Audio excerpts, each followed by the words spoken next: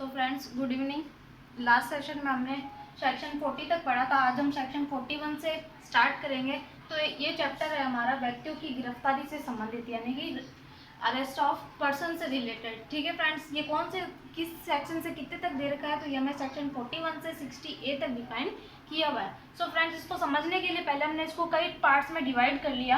पहला पार्ट है हु, कौन गिरफ्तार करेगा। तो फ्रेंड्स, तीन तरीके से यहाँ पे गिरफ्तारी की जाएगी, by police officer, by private person, by magistrate. So friends, by police officer कौन सा सेक्शन में दे रखा है, हमें सेक्शन 41 और 42 के अंदर डिफाइन किया हुआ है। बाय प्राइवेट पर्सन कौन से सेक्शन में दिया हुआ है, सेक्शन 43 के अंदर। बाय मजिस्ट्रेट हमें दे रखा है सेक्शन 44 के अंदर। ठीक है फ्रेंड्स, रीति यानी कि प्रोसेस, क्या प्रोसेस अपनाई जाएगी गिरफ्तार करने के लिए, तो प्रोसेस हमें दे रखी है सेक्शन 51 से लेकर 53 तक, सेक्शन 58 और 59 के अंदर, जो हम आगे डिस्कस करेंगे जब मैं आपको डिटेल से बताऊंगी। राइट ऑफ अरेस्टेड पर्सन, तो फ्रेंड्स ये थोड़ा बड़ा है, तो इसको एक बार मैंने शॉर्ट में लिखा है। जब मैं आपको इसको डिटेल से कराऊंगी तो मैं इसमें आपको बहुत सारे राइट्स भी बताऊंगी कि एक गिरफ्तार व्यक्ति के कौन कौन से अधिकार होते हैं जो उसे गिरफ्तारी के समय प्राप्त होते हैं। ठीक है फ्रेंड्स, तो हम इसे शॉर्ट में देखते हैं कि कौन कौन से राइट हैं। सेक्शन 50 में, सेक्शन 54, 56 और 57 के अंदर ये सारे राइट्स डिफाइन किए हुए हैं जो हम डिटेल से पढ़ेंगे। नेक्स्ट है हाउ अरेस्ट कैसे किया जाएगा। तो ये कौन कौन से सेक्शन में हमें दे रखा है, ये हमें सेक्शन 46 से 49, 55 और 60 सेक्शन के अंदर ये डिफाइन किया हुआ है। सो फ्रेंड्स, अब अरेस्ट गिरफ्तारी कैसे की जाएगी, तो गिरफ्तारी यहाँ पर दो प्रकार से की जाएगी, विद वारंट, विदाउट वारंट, यानी कि वारंट के साथ में और बिना वारंट की गिरफ्तारी। अब ये कैसे पता चलेगा कि विदाउट वारंट है कि विद वारंट है, तो ये हमें कौन से किस में दे रखा है, सीआरपीसी के शेड्यूल फर्स्ट में, जो मैंने आपको पहले भी बताया था कि फर्स्ट शेड्यूल के अंदर बता रखा है कि कौन सा अपराध वारंट वाला होगा और कौन सा बिना वारंट वाला होगा। ठीक है फ्रेंड्स। सो फ्रेंड्स, अब हम सेक्शन 41 के बारे में डिस्कस करते हैं। पुलिस अधिकारी द्वारा बिना वारंट गिरफ्तारी, पुलिस अधिकारी बिना वारंट के कब गिरफ्तार कर सकता है और मजिस्ट्रेट के आदेश के बिना कब गिरफ्तारी की जाएगी। ठीक है फ्रेंड्स, तो कोई व्यक्ति पुलिस अधिकारी की उपस्थिति में कोई संज्ञेय अपराध करता है, कौन सा अपराध करता है, कॉग्निजेबल ऑफेंस करता है, और उस व्यक्ति के प्रति उसके पास क्या है, उचित परिवाद है या कोई विश्वसनीय इत्तला उसे किसी के द्वारा प्राप्त हुई है कि उसने क्या किया है, कोई संज्ञेय अपराध किया है, तो ऐसे में क्या है, वो पुलिस अधिकारी उसकी गिरफ्तारी कर सकता है।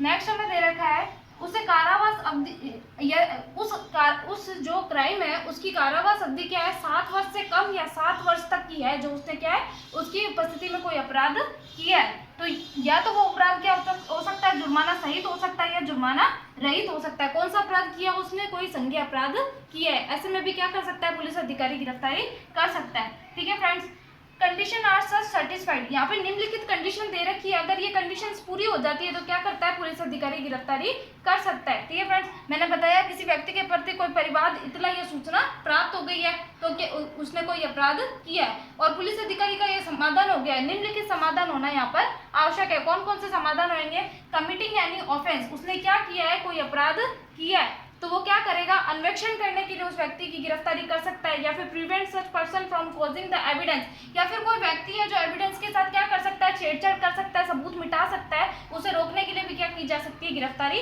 की जा सकती है। या फिर जो एक्यूज है उसको क्या है, वो डराता है, धमकाता है। ठीक है फ्रेंड्स, या फिर वादा करता है कि भाई आगे से वो नहीं करेगा, इन सबको रोकने के लिए भी अगर जरूरी हो तो पुलिस अधिकारी उसकी गिरफ्तारी कर सकता है। या फिर जब तक ऐसे व्यक्ति को गिरफ्तार नहीं किया जा सकता उसे न्यायालय के समक्ष सुनिश्चित नहीं किया जाएगा, यानी कि ऐसा डर है कि मान लो कि वो न्यायालय के समक्ष उपस्थित होने से पहले ही वहां से फरार हो जाएगा, तो क्या कर लेगा, पुलिस अधिकारी उसकी गिरफ्तारी कर लेगा। सो फ्रेंड्स, हमारा जो सेक्शन 41 है वो बहुत ज़्यादा बड़ा है, उसे छोटा करने के लिए हमने इसकी एक शॉर्ट ट्रिक बनाई है जिसका नाम है सिप्सो डेरा, CIP SOSODERA डेरा। तो इसको हम समझेंगे, सिप्सो डेरा क्या है।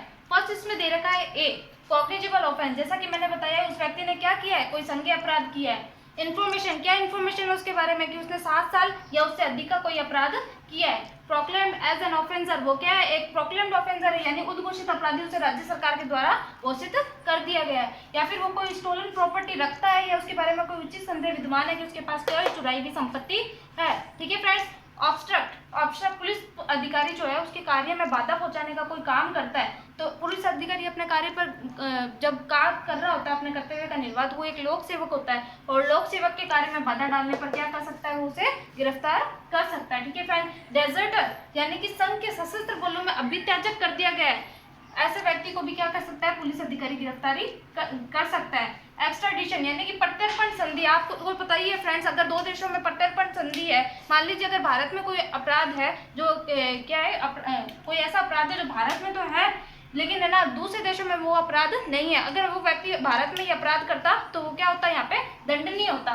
तो अगर ऐसे दो देशों के बीच में कोई संधि है और उस व्यक्ति ने क्या है, विदेश में कोई अपराध किया है, जब वो देश अपने भारत में वापस आता है तो एक्स्ट्राडिशन के तहत भी उसे क्या कर सकते हैं, प्रत्यर्पण संधि के तहत गिरफ्तारी की जा सकती है। ठीक है फ्रेंड्स, नेक्स्ट हमारा आया आर फॉर रिलीज कन्विक्ट, यानी कि सिद्ध दोष अपराधी, यानी कोई व्यक्ति को सिद्ध दोष ठहराया गया है और उस पर धारा 356 का 5 जो है नियम को भंग करता है, यानी कि इनमें जो नियम दे रखे हैं उनका जो क्लोज 5 है उनके अगर वो नियमों को भंग करता है तो भी उस पर क्या की जा सकती है, कार्रवाई की जा सकती है और उसकी गिरफ्तारी की जा सकती है। हमारा लास्ट पॉइंट आया यहाँ पर A for another police officer, यानी कि कोई अन्य पुलिस अधिकारी।